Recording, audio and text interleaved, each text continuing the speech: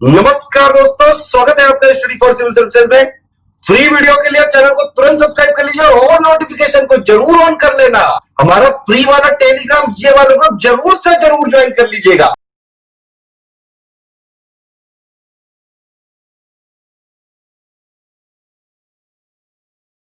Hello students, welcome to study for civil services. मैं हूं आपका educator Kamalaksh Jha. And guys 27 जुलाई 2020 का करंट अफेयर्स का ये लेक्चर आप लोग देख रहे हैं। लेक्चर को शुरू करने से पहले मैं आप लोग को बता दूं कि अगर आप सिविल सर्विसेज की तैयारी कर रहे हैं तो इन नंबर्स पर कांटेक्ट करके आप हमारे पेड कोर्सेज को ज्वाइन कर सकते हैं।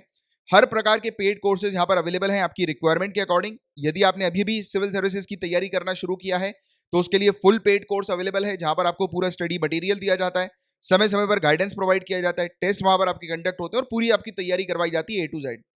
इसके अलावा आपकी तैयारी हो चुकी है, आप हमारी टेस्ट सीरीज ज्वाइन कर सकते हैं। मेंस आंसर राइटिंग के लिए पेड कोर्सेज अवेलेबल हैं, जहां पर एक्सपर्ट जो है वो आपकी आंसर राइटिंग प्रैक्टिस में हेल्प करते हैं।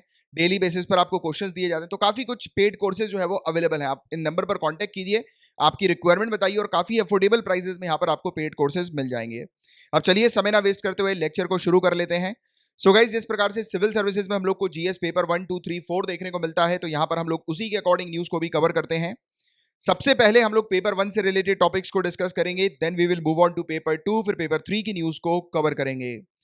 गाइस, पेपर 1 की पहली न्यूज काफी ज्यादा इंपॉर्टेंट है। चंद्रशेखर आजाद जी के बारे में हम लोग बात करने वाले हैं। तो देखिए, 23 जुलाई को इनकी बर्थ एनिवर्सरी देखने को मिली थी। इनका जन्म जो हुआ था वो 23 जुलाई 1906 को हुआ था और अभी 23 जुलाई बीती है, तो इसलिए ये टॉपिक न्यूज में आए थे। तो देखिए, इनका जन्म कहां पर हुआ था, तो मध्य प्रदेश के अंदर एक जगह है भावरा करके, और एट प्रेजेंट वो अलीराजपुर जो डिस्ट्रिक्ट हम लोग को मध्य प्रदेश के अंदर देखने को मिलती है, तो वहां पर है ये। तो ये इस जगह पर, भावरा नाम की जगह पर इनका जन्म हुआ था। इसके अलावा मात्र 15 साल की उम्र में इन्होंने नॉन कॉपरेशन मूवमेंट में पार्टिसिपेट किया था, और जब नॉन कॉपरेशन मूवमेंट सस्पेंड हो गई थी तो 1922 में इन्होंने हिंदुस्तान रिपब्लिकन एसोसिएशन को ज्वाइन किया था। बाद में चल के हिंदुस्तान रिपब्लिकन एसोसिएशन 1928 में हम लोग को हिंदुस्तान सोशलिस्ट रिपब्लिकन आर्मी के तौर पर देखने को मिली है। अब देखिए, ये इन्वॉल्व थे 1925 में काकोरी कॉन्स्पिरेसी पर भी, यानी कि काकोरी षड्यंत्र जो था उस पर भी ये इन्वॉल्व थे। इनकी मृत्यु जो हुई थी वो इलाहाबाद में हुई थी, आजाद पार्क के अंदर 27 फरवरी 1931 में। और भी दूसरे मामले जिसमें ये इन्वॉल्व थे, जैसे कि कहा जाता है कि 1926 में इन्होंने जिस ट्रेन पर वाइसरॉय जा रहे थे उस ट्रेन पर इन्होंने धमाका कर दिया था। इसके अलावा जेपी साउंडर जो थे गाइस, 1928 में इन्होंने उनको मार दिया था, इन्होंने और भगत सिंह ने मिलकर। और इसके अलावा लाला लाजपत, कहा जाता है कि साउंडर की जो हत्या की गई थी वो लाला लाजपत राय जी के खून के बदले के तौर पर की गई थी, यानी कि लाला लाजपत राय जी को जो मारा गया था, उनकी जो हत्या की गई थी, तो उनके बदले को देखते हुए, यानी कि उनके बदला जो लाला लाजपत राय जी की हत्या का जो लिया गया था वो सॉन्डर्स को मार कर लिया गया था। ये चीज हम लोग को देखने को मिलती है। इसके अलावा ये वाली चीज अक्सर सिविल सर्विसेज में आती है कि इनके नाम के आगे जो आजाद लिखा हुआ है वो क्यों लिखा है, राइट? तो आजाद क्यों इनको बुलाया जाता है, चंद्रशेखर आजाद, आजाद क्यों बोलते हैं? तो देखिए गाइस, एक बार जब नॉन कॉपरेशन मूवमेंट के दौरान जब इनको अरेस्ट कर लिया गया था और मजिस्ट्रेट के सामने जब इनको पेश किया गया था, तब मजिस्ट्रेट ने इनसे पूछा कि तुम्हारा नाम, पिताजी का नाम और पता बताओ। तो इन्होंने अपना नाम बोला आजाद, अपने पिताजी का नाम स्वतंत्र, और जिस जगह पर, यानी कि अपना पता जो बोला वो जेल बोला। तो इसको लेकर इनके नाम के आगे उस समय से आजाद जो है वो जुड़ गया। ठीक है, तो ये था गाइस कुछ बेसिक चीजें जो कि अक्सर सिविल सर्विस में आ जाती है। तो ये दोनों स्लाइड्स में काफी इंपॉर्टेंट चीजें हैं जो कि अक्सर एग्जामिनेशन में देखने को मिलती है, ये थोड़ी सी ध्यान में रखिएगा। इसके अलावा again one more important topic, बाल गंगाधर तिलक जी के बारे में हम लोग बात करेंगे। इनका भी जन्म 23 जुलाई को हम लोग को देखने को मिलता है, तो 23 जुलाई को भी इनकी बर्थ एनिवर्सरी थी, तो इनके बारे में भी हम लोग कुछ चर्चा करते हैं। काफी फेमस इनका एक स्लोगन है, डिक्लेरेशन है, Swaraj is my birth right and I shall have it. Swaraj मेरा जन्म सिद्ध अधिकार है और मेरे पास यह होगा। तो ये जो इनका जो घोषणा थी, जो स्लोगन था, जो डिक्लेरेशन थी, वो जो आने वाले समय के भविष्य के जो क्रांतिकारी थे उनके लिए प्रेरणा के रूप में ये हम लोग को देखने को मिली थी।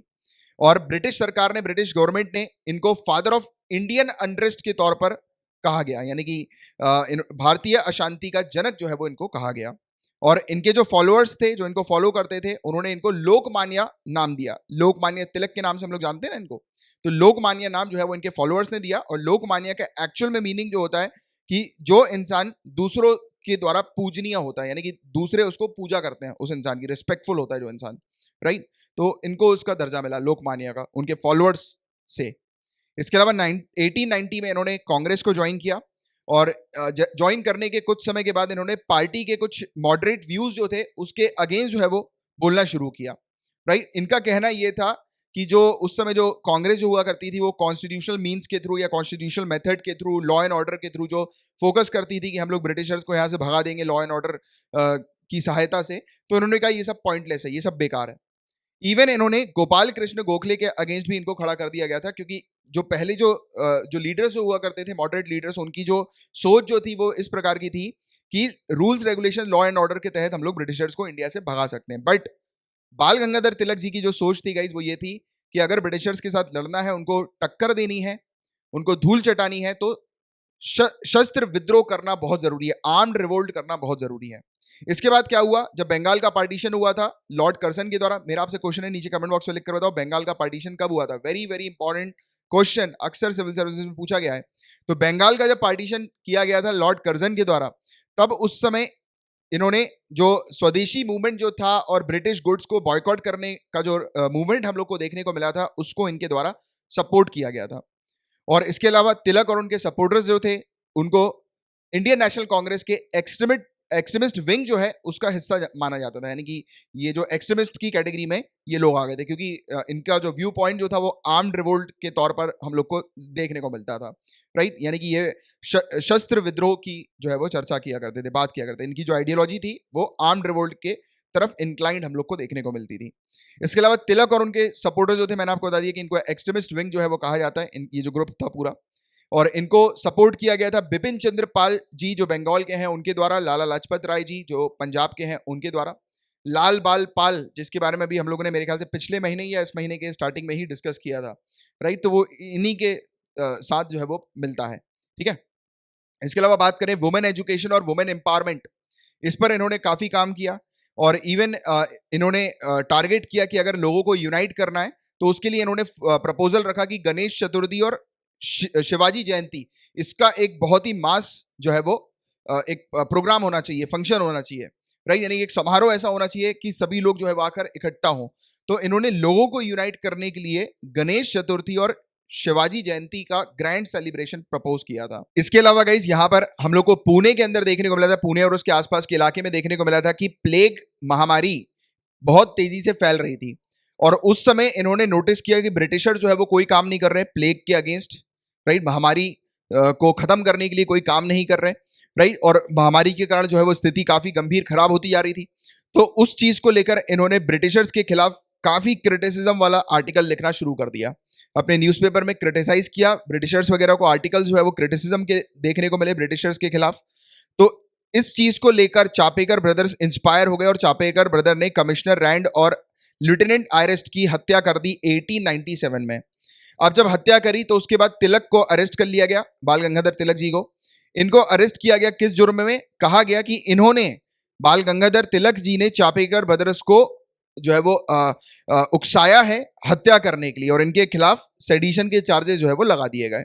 इसके अलावा बात करें गाइस तो इन्होंने और भी रेवोल्यूशनरीज हैं जैसे कि खुदीराम बोस और प्रफुल्ल चाकी, तो इन्होंने चीफ प्रेसिडेंसी मजिस्ट्रेट की हत्या करी थी 1908 में, तो इसको इन्होंने काफी सपोर्ट किया ओपनली, और इनके इस सपोर्ट को लेकर अगेन उनको जो है वो जेल हो गई थी, राइट। ब्रिटिशर्स ने उनको फिर से जेल में डाल दिया था, और जेल में इन्होंने काफी सारे लेख लिखे थे, और उनमें से काफी प्रमुख जो लेख है वो है गीता रहस्य, ठीक है। तो ये चीज याद रखना, कभी कभी ऐसा क्वेश्चन आ जाता है कि जो लेख गीता रहस्य है वो किसका है, तो याद रखिएगा बाल गंगाधर तिलक जी का। और तिलक जी और all India Home Rule league की एक बात करेंगे तो तिलक जी फाउंडर थे all India Home Rule League के 1916 में, जो हम लोग को देखने को मिला था। इसके अलावा जोसेफ बैप्टिस्टा, एनी बेसेंट, मोहम्मद अली जिन्ना, ये सब जो थे वो All India Home Rule League के फाउंडर थे, राइट। इसके अलावा बात करें, इन्होंने इंडियन नेशनल कांग्रेस को दोबारा से ज्वाइन कर लिया था, बट फिर भी इंडियन नेशनल कांग्रेस में जो एक्सट्रीमिस्ट थे और मॉडरेट जो थे उनके बीच में हम लोग को मतलब ज्यादा जो है वो घोल मेल नहीं देखने को मिलता था, राइट। तो दोनों ही जो वो एक दूसरे के व्यूज के अपोजिट ही हुआ करते थे हमेशा। तो उसके बाद भी जैसे कि जब रिज्वाइन हुआ आईएनसी, तो उसके बाद भी फिर भी स्थिति जो है वो वैसी नहीं रही कि बिल्कुल सब लोग एकजुट मिलकर काम करेंगे। सबके व्यूज ओपिनियंस वगैरह जो थे स्पेशली मॉडरेट और एक्सट्रीमिस्ट की, ये काफी अपोजिट डायरेक्शन के हम लोग को अक्सर देखने को मिलते थे, ठीक है। इसके अलावा इनके न्यूज़पेपर की बात करें, वेरी इंपॉर्टेंट, तो इन्होंने महर्ता इंग्लिश में पब्लिश किया था, केसरी मराठी में पब्लिश किया था। केसरी न्यूज़पेपर अक्सर आता है किसका है, तो ये बाल गंगाधर तिलक जी का हम लोग को देखने को मिलता है। इसके अलावा इन्होंने काफ़ी सारी रिपोर्ट्स वगैरह भी लिखी थी, जैसे मैंने आपको बताया था कि जब वो महामारी आई थी, प्लेग आया था, और जब फिर फेमाइन वगैरह आई थी, भूखमरी जब हम लोग को देखने को मिली थी, तो उस समय इन्होंने ब्रिटिशर्स को काफ़ी ज़्यादा क्रिटिसाइज किया हुआ था, तो इसको लेकर भी काफ़ी आर्टिकल्स वगैरह इनके द्वारा लिखे गए थे। ठीक है, तो ये था गाइस पूरा ओवरऑल मामला इनसे रिलेटेड। इसके अलावा जो डेक्कन एजुकेशन सोसाइटी है, जो कि 1884 में क्रिएट की गई थी, उसके ये फाउंडिंग फादर भी थे, और ये सोसाइटी ने फर्गसन कॉलेज 1885 में स्टैब्लिश किया था, स्पेशली पोस्ट सेकेंडरी स्टडीज के लिए, और इस कॉलेज के अंदर बाल गंगाधर तिलक जी जो थे वो मैथमेटिक्स पढ़ाया करते थे। तो ये था पूरा ओवरऑल मामला इनसे रिलेटेड। जो मैंने आपको पूरी स्लाइड्स बताई है, उन्हीं में से ही सिविल सर्विसेज में आपके क्वेश्चंस पूछे जाएंगे, उसके बाहर का और कुछ नहीं पूछा जाएगा। ठीक है, मेनली जो है मेन तौर पर इनसे रिलेटेड अगर कोई क्वेश्चंस आएगा तो इन्हीं स्लाइड से रिलेटेड जो मैंने अभी आपको पढ़ाया वही आएगा। ठीक है, और पेपर 1 से रिलेटेड सिर्फ इतने ही टॉपिक्स थे आज। Now we will move on to paper 2।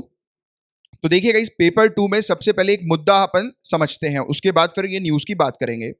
तो देखिएगा इस Maharashtra village panchayat amendment ordinance 2020 और महाराष्ट्र स्टेट का एक रेजोल्यूशन, गवर्नमेंट रेजोल्यूशन, जो कि Maharashtra state rural development department के द्वारा इशू किया गया।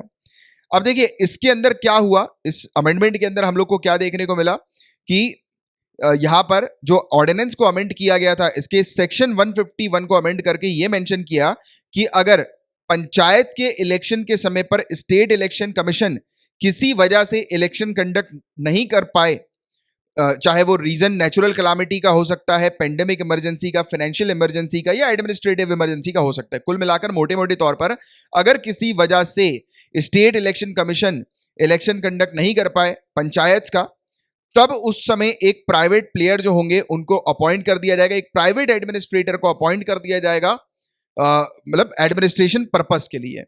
इस चीज को लेकर काफी ज्यादा विवाद हम लोग को देखने को मिला था, पेटिशन वगैरह जो है वो बॉम्बे हाई कोर्ट में फाइल हुए थे, राइट। पेटिशन ने ये इसी चीज को चैलेंज किया कि जो ये प्राइवेट एडमिनिस्ट्रेटर की जो चर्चा हो रही है जो पंचायत के अंदर, तो ये जो हो सकती है काफी खतरनाक हो सकती है डेमोक्रेसी में, क्योंकि आप खुद जानते हो गाइस कि जहां पर गवर्नमेंट ऑफिसेज की जगह प्राइवेट ऑफिसेज जब एस्टेब्लिश होते हैं, और आप जानते हैं प्राइवेट सेक्टर का जो मेन मोटिव होता है वो क्या होता है, प्रॉफिट मेकिंग, और गवर्नमेंट सेक्टर का मेन मोटिव क्या होता है, पब्लिक वेलफेयर। अब जब पब्लिक वेलफेयर को कॉम्प्रोमाइज करके जो पर्सनल मोटिव्स को अगर ऊपर बढ़ा दिया जाए, या फिर पब्लिक वेलफेयर की जगह पर्सनल मोटिव्स अगर सामने देखने को मिलने लगे ऑब्जेक्टिव्स में, तो स्थिति काफी गंभीर, काफी खतरनाक और काफी कंसर्न वाली हो सकती है। यही चीज यहां पर सामने आई कि पंचायत के अंदर, पंचायत जो होंगे उसमें जब एडमिनिस्ट्रेटर प्राइवेट सेक्टर के होंगे या फिर प्राइवेट इंडिविजुअल को एडमिनिस्ट्रेटर बना दिया जाएगा, तो पक्षपात बहुत होगा। ये नॉन डिस्क्रिमिनेटरी मैनर पर पूरी रूलिंग्स जो है वो पंचायत के अंदर नहीं देखने को मिली, कहीं ना कहीं पक्षपात जरूर होगा, क्योंकि जो इंडिविजुअल होगा वो प्राइवेट हम लोग को देखने को मिलेगा, ना कि गवर्नमेंट, राइट। तो इसमें देखिए आप एडमिनिस्ट्रेटर कौन कौन से होते हैं, तो एडमिनिस्ट्रेटर में सरपंच आते हैं, जो पंचायत के सेक्रेटरी होते हैं वो आते हैं, और ग्राम सेवक हम लोग को देखने को मिलते हैं, जो कि एडमिनिस्ट्रेटर में हम लोग को देखने को मिलते हैं। अब यहां पर इस ऑर्डिनेंस में यही कहा गया था कि जो एडमिनिस्ट्रेटर हैं वो प्राइवेट एडमिनिस्ट्रेटर हो सकते हैं। इस ऑर्डिनेंस के अंदर ये मेंशन था कि प्राइवेट एडमिनिस्ट्रेटर को अपॉइंट किया जा सकता है अगर स्टेट इलेक्शन कमीशन किसी वजह से, किसी परिस्थिति से जो है वो इलेक्शन कंडक्ट ना करा पाए। तो इस चीज को लेकर जब पिटीशन फाइल हुआ, तो जो बॉम्बे हाई कोर्ट है उन्होंने एक इंटरिम ऑर्डर पास किया, जिसमें उन्होंने मेंशन किया कि जो एडमिनिस्ट्रेटर होंगे ग्राम पंचायत के महाराष्ट्र के अंदर, वो गवर्नमेंट सर्वेंट ही होंगे और उनको लोकल अथॉरिटी से अपॉइंट किया जाएगा, यानी कि लोकल अथॉरिटी वाले गवर्नमेंट सर्वेंट्स को अपॉइंट किया जा सकेगा। इसके अलावा भी कोर्ट ने और भी कुछ चीजें जो है वो एग्जामिन करी, देखी, परखी। इन्होंने ये कहा कि अगर, क्योंकि आप जानते हो कोरोना वायरस के चलते इलेक्शंस वगैरह कंडक्ट नहीं हो पा रहे हैं, तो उस बीच हम लोग को देखने को मिला कि महाराष्ट्र के अंदर काफी सारी पंचायत वगैरह जो है वहां पर इलेक्शंस नहीं हो पा रहे हैं, राइट। इसलिए कोर्ट ने ये जरूर माना कि ग्राम पंचायत की वर्किंग अफेक्ट हो सकती है अगर वहां पर एडमिनिस्ट्रेटर अपॉइंट नहीं किया गया टाइम पर। तो इसलिए इन्होंने मेन कंसर्न ये दिखाया कि इंडिविजुअल, प्राइवेट इंडिविजुअल को अगर अपॉइंट किया जाता है तो बड़ी प्रॉब्लम्स आ सकती हैं, बट फिर भी इन्होंने, जैसे कि हम लोग बोलते हैं ना कि सिचुएशन काफी खराब है, वहां पर अब पता लगेगी वहां पर उस एरिया पर, उस जगह पर, उस गांव पर कोई भी ऐसी गवर्नमेंट एजेंसी या गवर्नमेंट ऑफिस वहां पर एस्टैब्लिश नहीं है, या फिर वहां के वर्कर जो है, एम्प्लॉय जो है वहां पर अवेलेबल नहीं है, तो ऑब्वियस ही बात है कि फिर मतलब एक नेक्स्ट हेल्दी ऑप्शन देखना जरूरी है, और नेक्स्ट हेल्दी ऑप्शन के तौर पर हम लोग को क्या देखने को मिल रहा है, प्राइवेट एडमिनिस्ट्रेटर। तो यहां पर यही कहा गया कोर्ट ने कि एडमिनिस्ट्रेटर जो होंगे वो गवर्नमेंट सर्वेंट होंगे या फिर लोकल अथॉरिटी के एक ऑफिसर होना जरूरी है। बट अगर बाय चांस किसी वजह से वो अवेलेबल नहीं है गवर्नमेंट सर्वेंट्स वहां पर, तो प्राइवेट इंडिविजुअल को अपॉइंट किया जा सकता है, बट उसमें लिखित में मेंशन करना होगा कि जो गवर्नमेंट सर्वेंट्स वहां पर अवेलेबल नहीं है। इसीलिए यानी कि रीजन जो होना चाहिए वो सिर्फ यही इकलौता होना चाहिए कि वहां पर गवर्नमेंट सर्वेंट्स अवेलेबल नहीं है। और यहां पर इवन ये भी कहा गया है कि सिर्फ स्टेट इलेक्शन कमीशन की यहां पर बात नहीं हो रही, अगर वहां पर कोई भी लोकल गवर्नमेंट सर्वेंट अवेलेबल है तो उसको अपॉइंट किया जाएगा, उसको प्राथमिकता दी जाएगी रेदर देन प्राइवेट प्लेयर्स की जगह। बट अगर कोई भी नहीं है तो उस सिचुएशन पर सिर्फ इकलौता ऐसा रीजन बचता है जिसमें प्राइवेट प्लेयर को या प्राइवेट इंडिविजुअल को अपॉइंट किया जाएगा। अब यहां पर एक और कंडीशन है प्राइवेट इंडिविजुअल को लेकर भी, इन्होंने ये तक कह दिया है कि प्राइवेट इंडिविजुअल जो होंगे वो उसी विलेज के होने चाहिए, पहला पॉइंट। दूसरा पॉइंट, उनका नाम वोटर लिस्ट में मौजूद होना चाहिए, ये क्रॉस चेक करने के पर्पस के लिए।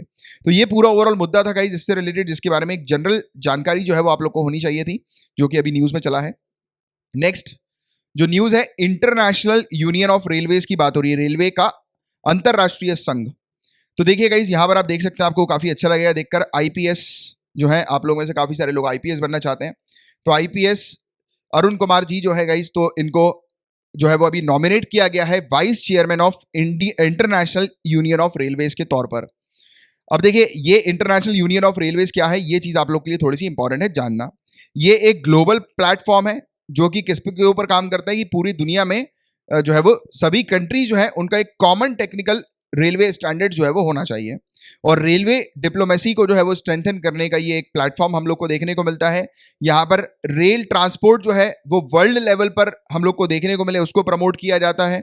और इसका फॉर्मेशन जो हुआ था वो 17 अक्टूबर 1922 को हुआ था। इसका हेडक्वार्टर पेरिस फ्रांस में देखने को मिलता है। इसके टोटल मेंबर्स 144 हैं इंक्लूडिंग इंडिया। तो कुल मिलाकर सिंपल सी बात याद रखनी है, ये एक ऐसा ग्लोबल प्लेटफॉर्म है जहां पर रेलवेज के डेवलपमेंट के लिए, रेलवेज के प्रमोशन के लिए चर्चा होती है। एक सिंगल प्लेटफॉर्म इंटरनेशनल वाला जहां पर टारगेट किया जाता है कि जो वर्ल्ड क्लास रेलवे का इंफ्रास्ट्रक्चर बने वो सभी कॉमन हम लोग को देखने को मिलेगा। और जितनी भी जैसे कि नई नई टेक्नोलॉजीज आती है रेलवेज के अंदर अलग अलग कंट्रीज में, तो वो वहां पर टेक्नोलॉजीज भी शेयर हो उस प्लेटफॉर्म के अंदर, और सभी कंट्रीज में रेलवे के डेवलपमेंट के लिए जो है वो काम हो सके, राइट। तो इस पर जो है वो टारगेट होता है। सिंपल सी बात आपको याद रखनी है। और स्टेट सिविल सर्विसेज की जो लोग तैयारी कर रहे हैं तो इनका नाम जरूर याद रखिएगा, जिनको नॉमिनेट किया गया है वाइस चेयरमैन के तौर पर, राइट।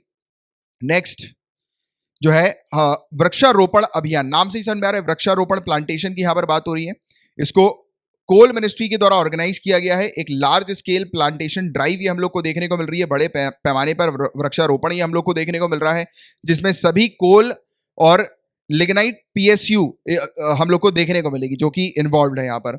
और यहाँ पर बताया जा रहा है कि कॉलोनीज हो गई, ऑफिसेज हो गए, जो माइंस होती हैं और जो दूसरे सुटेबल एरियाज हैं कोल और मतलब इग्नाइट पीएसयू के, तो यहाँ पर हम लोग को देखने को मिलेगा कि प्लांटेशन वगैरह जो है वो किया जाएगा वृक्षारोपण की। सिंपल सी बात याद रखना, वृक्षारोपण अभियान जो है वो कोल मिनिस्ट्री के द्वारा ऑर्गेनाइज किया गया। और वृक्षारोपण के बारे में आप जानते ही हैं कि ये क्यों इतना ज्यादा इंपॉर्टेंट है, राइट। ये तो एनसीईआरटी में बाकायदा लिखा हुआ कि why plants are important, right. Plants क्यों इंपॉर्टेंट है, प्लांटेशन करना क्यों जरूरी है, राइट। तो उससे रिलेटेड भी आप चाहो तो 2-3 अच्छे पॉइंट मेंशन करके रखो कि एकदम से अगर बाय चांस मेंस में आ जाए तो आप लिख पाओ।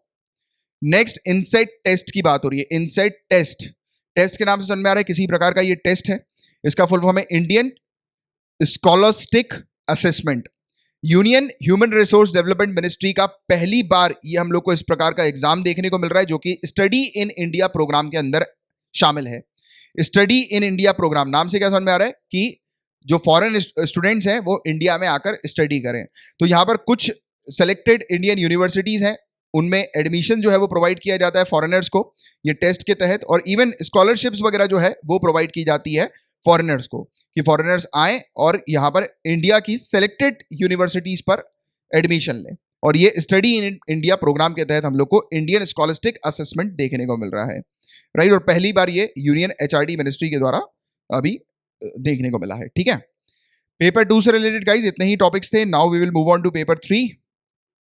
अब याद रखिएगा, काकरापार परमाणु संयंत्र, काकरापार एटॉमिक प्लांट कहां पर लोकेटेड है, अगर ये क्वेश्चन आता है तो गुजरात आपका आंसर होना चाहिए, क्योंकि डायरेक्ट ऐसे क्वेश्चन आते हैं।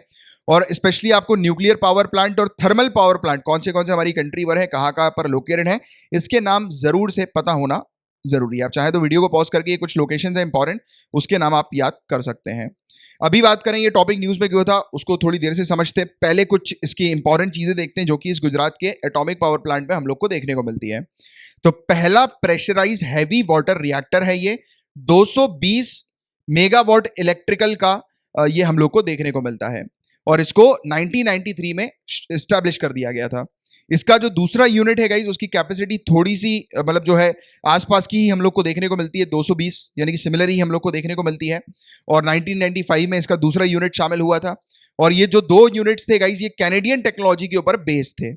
और तीसरा जो रिएक्टर है वो 700 मेगावाट इलेक्ट्रिकल का हम लोग को देखने को मिल रहा है, और जो कि अंडर डेवलपमेंट है।